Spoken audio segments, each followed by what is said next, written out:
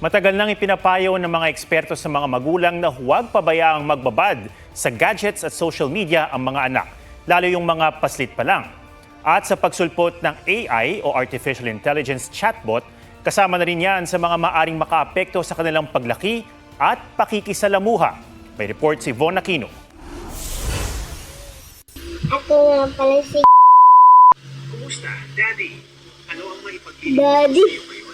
Out of curiosity raw nang ma-discover at makausap ng 5-year-old na batang ito ang AI chatbot sa phone ng kanyang mommy. Hindi man siya umarap sa camera, tiniyak ni mommy na supervised niya ang pagsa-cellphone ng anak 10 to 15 minutes per day.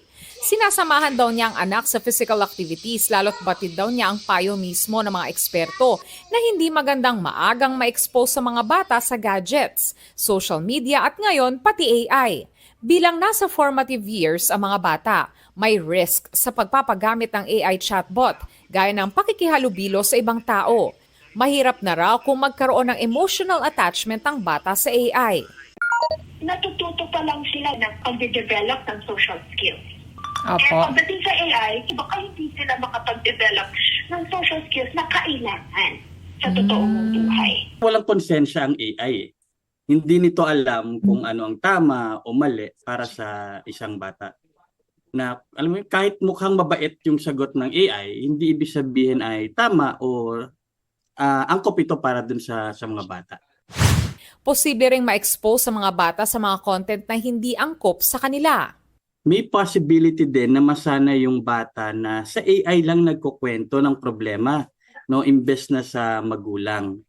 Delikado din yung privacy dahil hindi alam ng bata kung anong impormasyon yung pwede nilang ibigay sa mga AI na to. Kung di may iwasang mag-cellphone o social media ang mga bata, payo ng mga eksperto, i-activate ang mga parental control function para masala o malimitahan ang kanilang access. At sa paggabay sa mga bata, dapat daw ipaliwanag ng mga magulang na ang AI tool lang para makatulong at hindi dapat kumontrol sa ating buhay. Kung napakabata pa, walang rason para gumamit ng AI. Von Aquino nagbabalita para sa GMA Integrated News.